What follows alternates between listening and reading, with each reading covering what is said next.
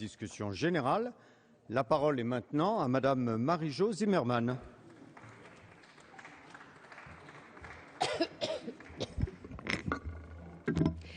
Merci beaucoup, Monsieur le Président. Monsieur le Président, Madame la Ministre, Mesdames les rapporteurs, mes chers collègues. Le mariage pour tous serait donc le fruit normal de l'évolution des mœurs. Un accroissement des libertés, l'occasion pour la France de rejoindre un standard européen. C'est sur de tels arguments que vous vous êtes appuyé depuis des mois pour soutenir une réforme que la majorité des pays européens n'a pas adoptée et dont la majorité des Français est inquiète. Pour vous, la France est en retard par rapport à ses voisins européens. Vous savez bien que ces affirmations sont loin de répondre à la réalité européenne. Cette réalité, la voici. Moins d'un quart des 27 pays ont autorisé le mariage et l'adoption par des personnes du même sexe, et encore selon des règles beaucoup plus restrictives que celles que vous nous proposez. Même chose pour la PMA et la GPA. En revanche, ce sont 16 pays, soit une majorité de pays européens, qui ont autorisé l'union civile aux personnes de même sexe. C'est donc cette voie qui est privilégiée en Europe. C'est cette voie-là que nous vous proposons de suivre depuis des mois. Et puisque vous êtes soucieux de l'harmonie européenne, c'est cette voie que vous auriez dû choisir si vous aviez fait preuve, je dirais, de cohérence.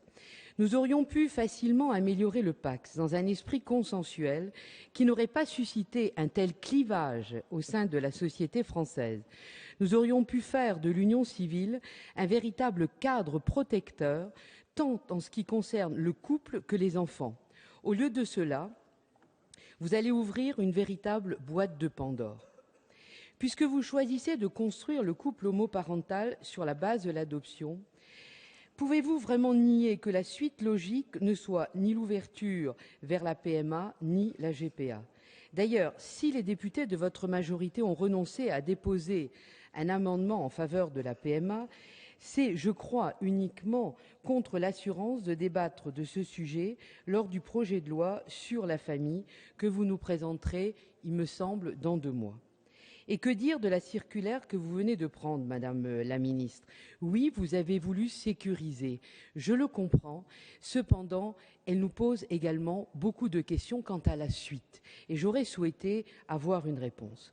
Madame la Ministre, vous qui êtes très respectueuse du droit des femmes, je sais, Madame la garde des Sceaux, que vous avez été très combattante sur le droit des femmes. La marchandisation du corps de la femme, de l'utilisation de sa vie même, ne vous pose-t-elle pas problème? Dois-je vous rappeler quelles sont les femmes qui accepteraient de porter un enfant pour le confier à un autre après l'avoir mis au monde, sinon des femmes en grande détresse matérielle et sociale? À travers votre projet de loi pour tous, vous remettez totalement en cause les lois de la filiation. Encore une fois, il ne s'agit pas de la capacité d'un couple homosexuel à élever ou à aimer un enfant. Je respecte l'amour que les uns et les autres peuvent donner à un enfant. La vie prive parfois un enfant de père ou de mère par accident, mais ce n'est pas à la loi d'organiser cette privation. À travers ce texte, vous organisez légalement des arrangements qui priveraient a priori certains enfants d'un père ou d'une mère, des enfants qui doivent déjà porter toute leur vie le fait d'avoir été abandonnés. Faut-il en rajouter? Je vous pose la question. Quand on mesure l'importance et la différence du rôle d'un père et d'une mère dans la construction d'un enfant, quand on connaît les traumatismes que l'absence de l'un ou de l'autre peut entraîner dans la vie d'un enfant et dans sa vie d'adulte ensuite, comment peut-on organiser par la loi l'éviction d'un des 2 piliers indispensables à la construction de l'enfant? Notre droit s'appuie sur une réalité naturelle. Un enfant est issu de la différence sexuelle de ses géniteurs. Le priver par anticipation du bénéfice de l'altérité sexuelle de ses parents n'est conforme ni à sa nature ni à son intérêt. Cela revient à l'exposer volontairement à des difficultés d'identification et de structuration de sa personnalité.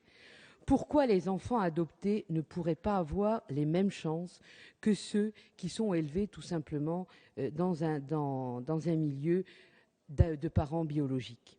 Vous choisissiez de privilégier l'intérêt de quelques-uns, aussi respectables fussent-ils, Madame la ministre, et je respecte les couples homosexuels, mais au détriment des droits de l'enfant.